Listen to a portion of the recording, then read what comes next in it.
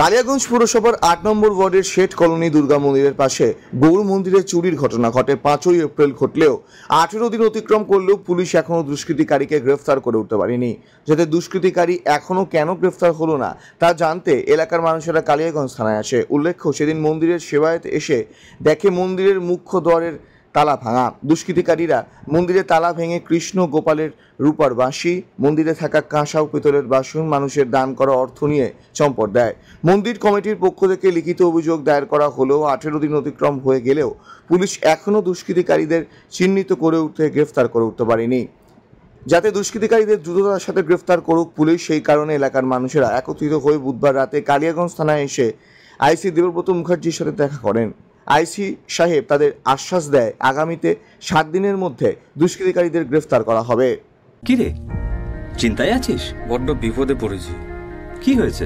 আমার এক নিকট আত্মীয় আগুনে পুড়ে গিয়েছে। চিকিৎসক প্লাস্টিক সার্জনের কাছে রেফার করেছে, তো বাইরে গিয়ে চিকিৎসা চালানোর মতো সামর্থ্য। এখন তো হাতের নাগালে প্লাস্টিক সার্জন। তাই কোথায়? রায়গঞ্জের রোজা ক্লিনিকে এখন নিয়মিত রোগী দেখছেন প্লাস্টিক সার্জন। টেন্ডেন ইনজুরি, জন্মগত ক্ষত যেমন ঠোঁট কাটা, মূত্রনালী প্রতিবন্ধকতা, ব্রেস্টের যে কোনো রকম সার্জারি, এভি ফিস্চুলা সহ একাধিক চিকিৎসা যত্ন সহকারে হচ্ছে রোজা ক্লিনিক, উকিলপাড়ায়, রায়গঞ্জ রেল স্টেশনের পাশে।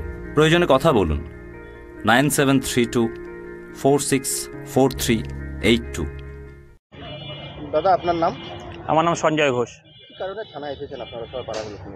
আমাদের মন্দিরে গত 18 দিন আগে আমাদের শেঠ কলোনি মন্দিরে গৌর মন্দিরে 5/4/2025 আমাদের চুরি হয়ে গেছিলো।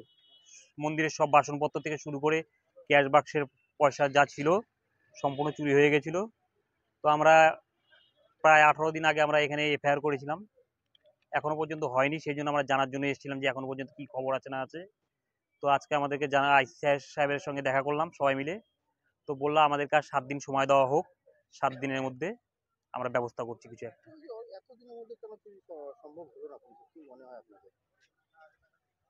আমাদের তো এখন বর্তমানে কোনো কিছুই মনে হচ্ছে না, কিন্তু ওই জন্য আমরা ওইটা জানার জন্যই আসলাম। বললাম আমরা তদন্ত চালিয়ে যাচ্ছি, এখনো পর্যন্ত ওইরকম ধরনের আমরা কাউকে দেখতে পাচ্ছি না।